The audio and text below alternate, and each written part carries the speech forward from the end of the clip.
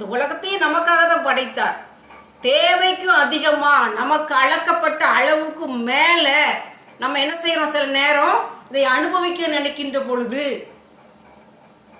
படைப்பை பாழாக்குகின்ற பொழுது அது என்னவாயிருது? பேராசையாக பெயருது. அப்படி தானே? அப்போ என்னது? உலகத்தால் ஆண்டு கொள்ளப்படுகிறான். பண ஆசை எல்லா தீமைக்கும் வேறாக இருக்கிறது. 1 தீமோத்தேயு 6வது அதிகாரம் 10வது வசனத்தில் வாசிக்கிறோமா இல்லையா? உலக ஆசைன்னா அதான் பண ஆசை, பொருள் ஆசை, பெண்ணாசை, பொன்னாசை, மண்ணாசை, எல்லா ஆசையும். உலகத்தால் ஆண்டு கொள்ளப்படுகிறான். உலகத்தை ஆளும்படியாக படைக்கப்பட்ட மனிதன். இப்போ இங்கே மனிதர்கள் சக மனிதர் ஒருவரை ஒருவர் ஆண்டு கொள்ளலாமா? அது வேற. ஒரு பொறுப்பை நிர்வகிக்கும் வண்ணமாக இல்லையா? ஒரு பொறுப்பை மேலாண்மை செய்யும் வண்ணமாக, கண்காணிக்கும் வண்ணமாக நம்ம என்ன செய்கிறோம்? ஒரு ஆளுமையை ஒரு மனிதனுக்கு கொடுக்குறோம். நாட்டை ஆள்வதற்கு ராஜாக்களுக்கு கொடுக்குறோம், என்ன அதிகாரிகளுக்கு கொடுக்குறோம்.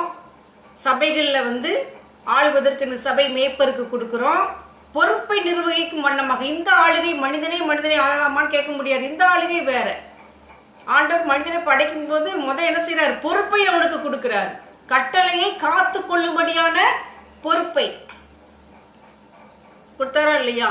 கட்டளையை கொடுத்தாரு அப்படின்னா அதை காத்து கொள்ளும்படியான பொறுப்பை ஆதாம்கிட்ட மட்டும்தான் அதை கொடுத்தாரு. வேலையை எல்லாத்துட்டையும் கொடுக்கலாம், சரியா? பொறுப்பை ஒரு ஆள்கிட்ட தான் கொடுக்க முடியும். அந்த ஆள் ஆளுகை செய்ய வேண்டும் இல்லையா? Responsibility should not be delegated, work can be delegated.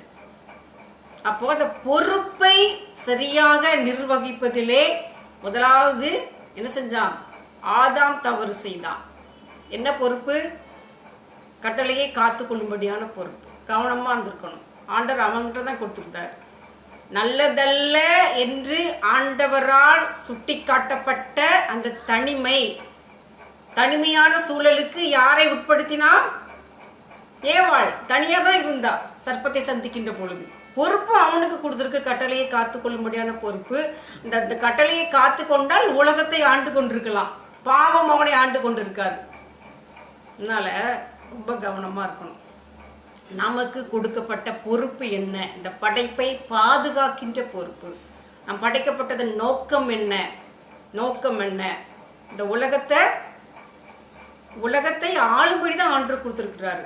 ஆனால் உலகத்தை நேசித்து உலகம் நம்மை ஆண்டு கொள்வதற்கு இடம் கொடுக்கக்கூடாது, இடம் கொடுக்கவே கூடாது. ரொம்ப கவனமாக இருக்கணும். இந்த நாளிலே